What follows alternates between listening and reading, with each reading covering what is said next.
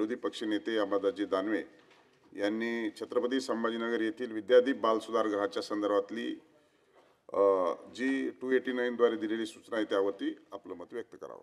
सभापती महोदय, एक आठवड्यापूर्वी आपले सन्माननीय सदस्य श्रीकांतजी भारतीय यांनी एक पॉइंट ऑफ इन्फॉर्मेशनच्या द्वारे माहिती दिली होती, नंतर मंत्र्यांनी निवेदन केलं होतं।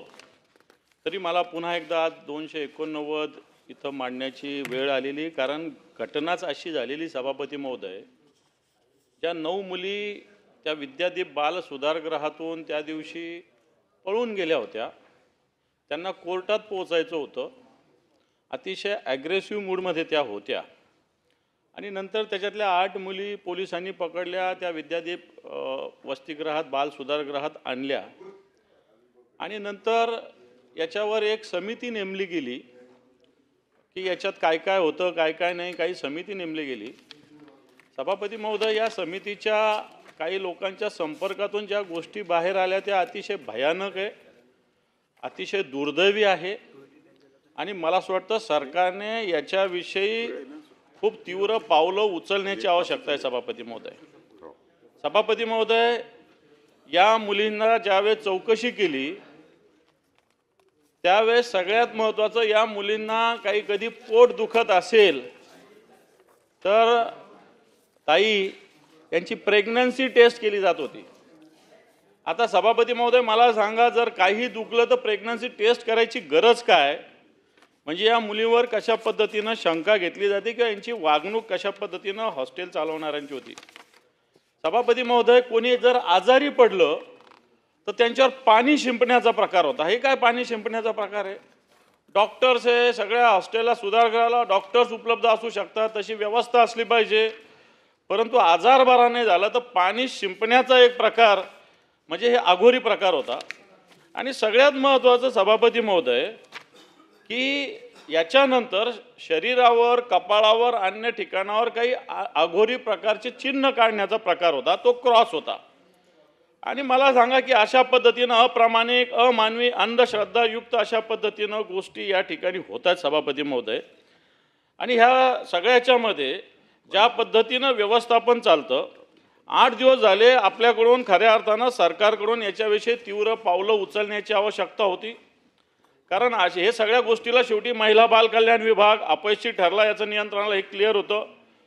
विशेष तपास पथकामार्फत चौकशी करून दोषीवर ताबडतोब गुन्हे दाखल करण्याची आवश्यकता होती। आणि अशा पद्धतीनं बालगृह व्यवस्थापनामध्ये असे मूलगामी सुधारणा होण्याची गरज असताना मला असं वाटतं पाणी शिंपडणं, एखादं क्रॉसचं चिन्ह काढणं, मुलींच्या प्रेग्नन्सी टेस्ट घेणं, मला असं वाटतं या गोष्टी अतिशय धक्कादायक होत्या। याच्यातलं एक सगळ्यात चांगलं की आमच्या इथल्या विजयाताई रहाटकर या केंद्रीय महिला आयोगाने याची दखल घेतली, पण राज्य महिला आयोग कुठं झोपलेला आहे मला माहिती नाही आहे। केंद्रीय महिला आयोगाने याची नक्की दखल घेतली, कारण आणि केंद्रीय महिला आयोग दखल घेत असताना राज्य महिला आयोग काय करतो हा सुद्धा माझा आपल्यामार्फत सरकारला प्रश्न आहे।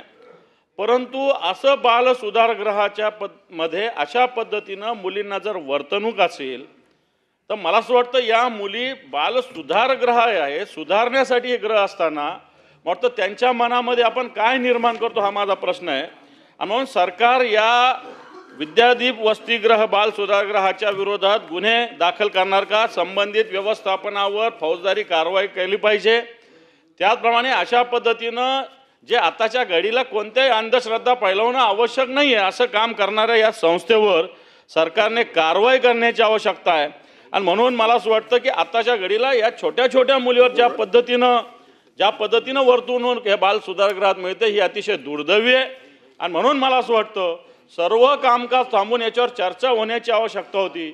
या छोट्या छोट्या मुली 9 वर्षाच्या, 10 वर्षाच्या, 11 वर्षाच्या मुली आणि असे प्रकार जर या विद्यादीप बाल सुधारगृहात होत असतील तर मला वाटतं सरकारने याच्यावर चर्चा करण्याची तयारी ठेवली पाहिजे, याच्यावर कारवाईची तयारी ठेवली पाहिजे। आणि म्हणून मी आपल्यामार्फत हा 289चा प्रस्ताव दिला होता।